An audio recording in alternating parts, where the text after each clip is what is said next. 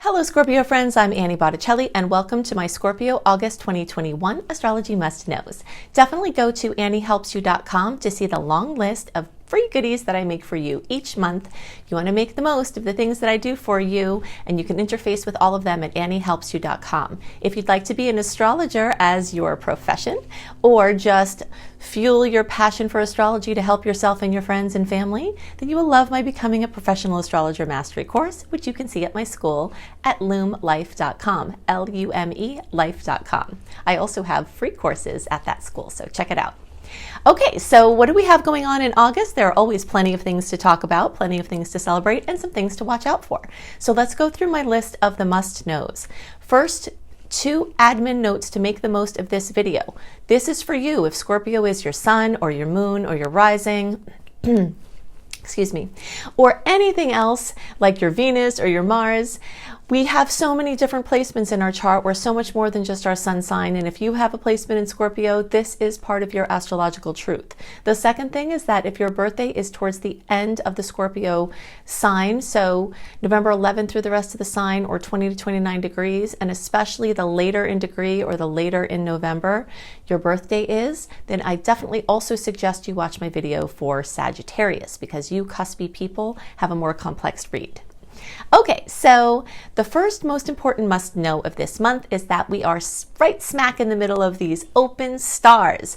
And this is such a wonderful time. This doesn't happen very often throughout the year, but starting around July 7th and going till around September 7th or 8th, with August right plumb in the middle here, is a time when it's fantastic for making big decisions, moves, contracts, big commitments, launches, engagements, weddings, any big parties or travel plans, making plans for the future, anything, investing, name it. Big things are much more supported now with clarity and forward movement.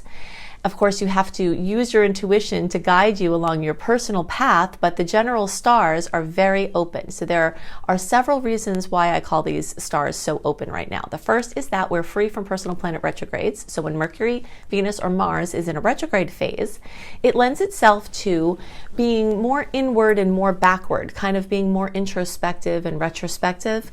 But in this time of open stars, it's more about the present and the future, and launching and leaping and, you know, momentum. Okay, so the second thing that makes these stars super open is that we don't have any outer planet clashes. We have a lot of months of outer planet clashes this year. We had even more last year in 2020, and those bring really, really heavy, confusing, intense stars and the corresponding energies for us here on Earth. So in August, we're free from that. And we're also finally free from that heavy web of eclipse season, which was in May, June, and a good part of July.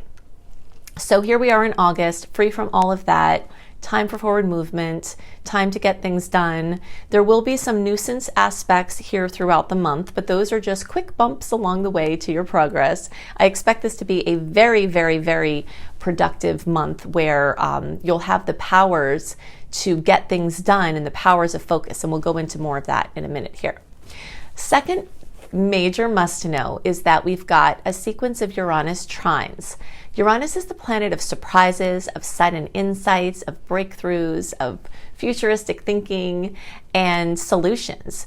And so when we've got this happening, this planet in connection, the most favorable connection in all of astrology, called a trine with other planets, then it just brings happy surprises, and it can bring any number of positive things, but all along the lines of things gelling materially and, you know, just suddenly things coming in, groundbreaking insights and breakthroughs.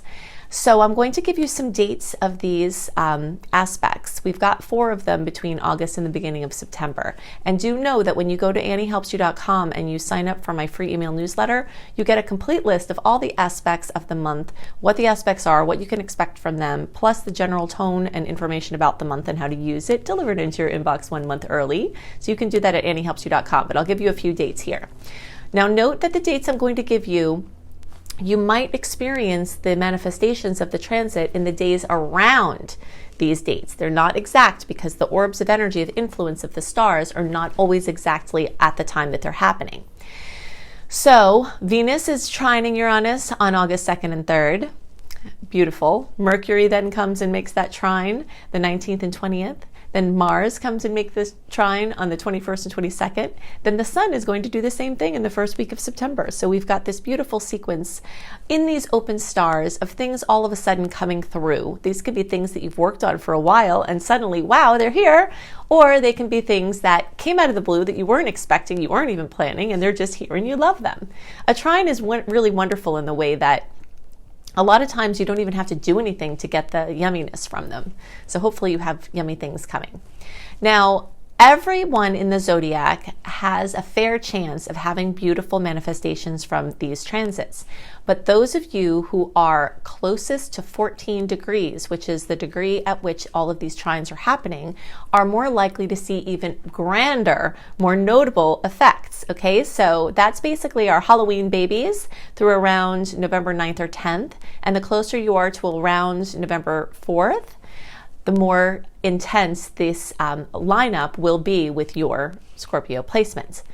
And if you're watching for, another placement and you know your degrees, then anything pretty much from 9 through 19 degrees is within the close web of influence, and the closer to 14 degrees will be the most intense. So that's a super beautiful aspect that we have there. And because those are earth signs and they make nice connections with your water sign. Okay, so on the topic of Mars making that trine on the 21st and the 22nd with Uranus, we also have something else very important happening on that date, August 21st, or the days around there, depending on your time zone, and that is a blue moon, a full moon in Aquarius.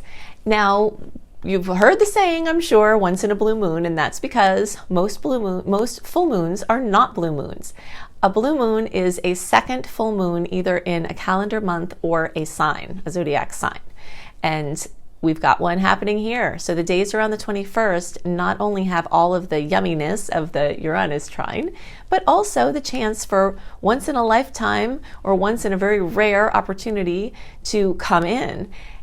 All of these can show up in any area of your life, but there is some special focus in home and family for Scorpios because that's the area that it's going to happen. And that's true for all early, middle, and late degree Scorpios. So no matter where you are on the Scorpio spectrum, this is going to fall into the fourth house for you because it's a 29 degree moon. So being so late, even if you shift the chart as it does as you get later in the sign, this still is going to fall into your fourth house. So that's very exciting.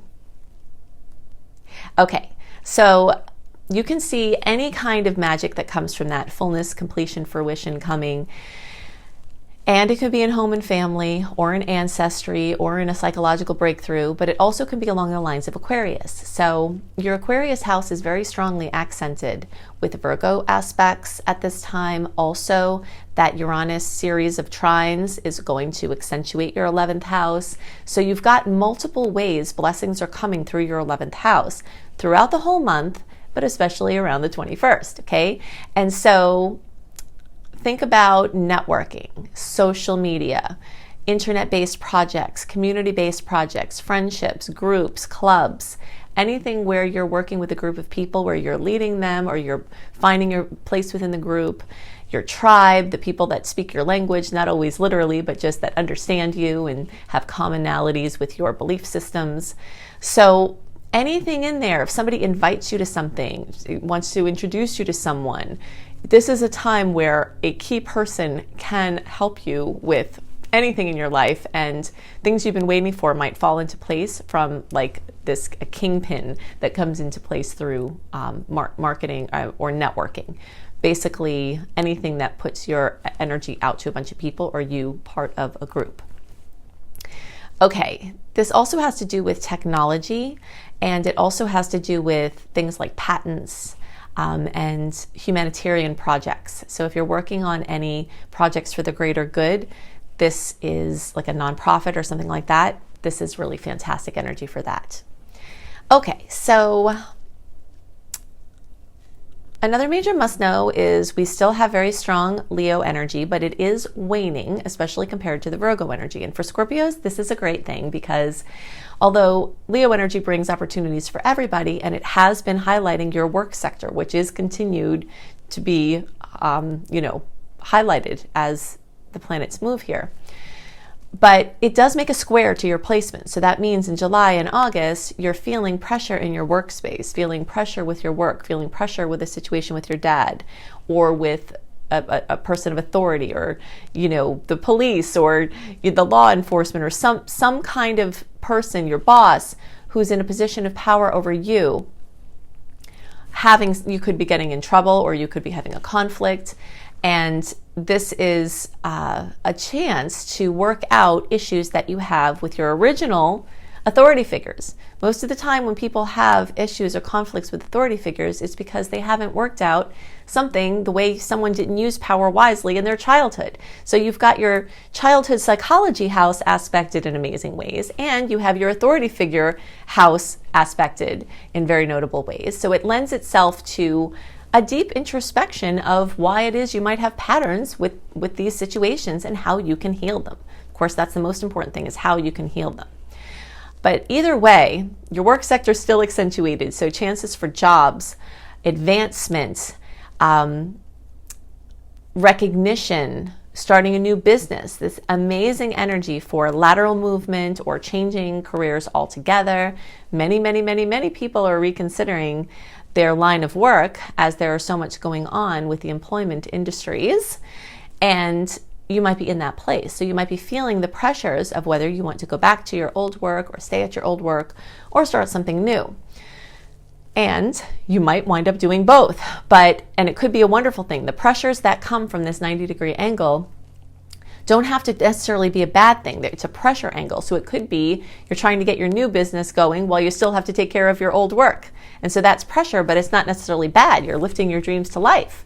So you'll feel those tensions there, but they will continue to wane as the month goes on in favor of these Virgo energies, which start to crowd this 11th house that we talked about with your friendships and groups, seeing yourself as part of a group, seeing yourself as part of a team, attracting perfect team members, and also anything just having to do with fun in groups. If you're dating and you're looking for somebody, this is an amazing time for dating online or other types of dating. This is also a great time for making new friendships or anything notable with the friends that you have.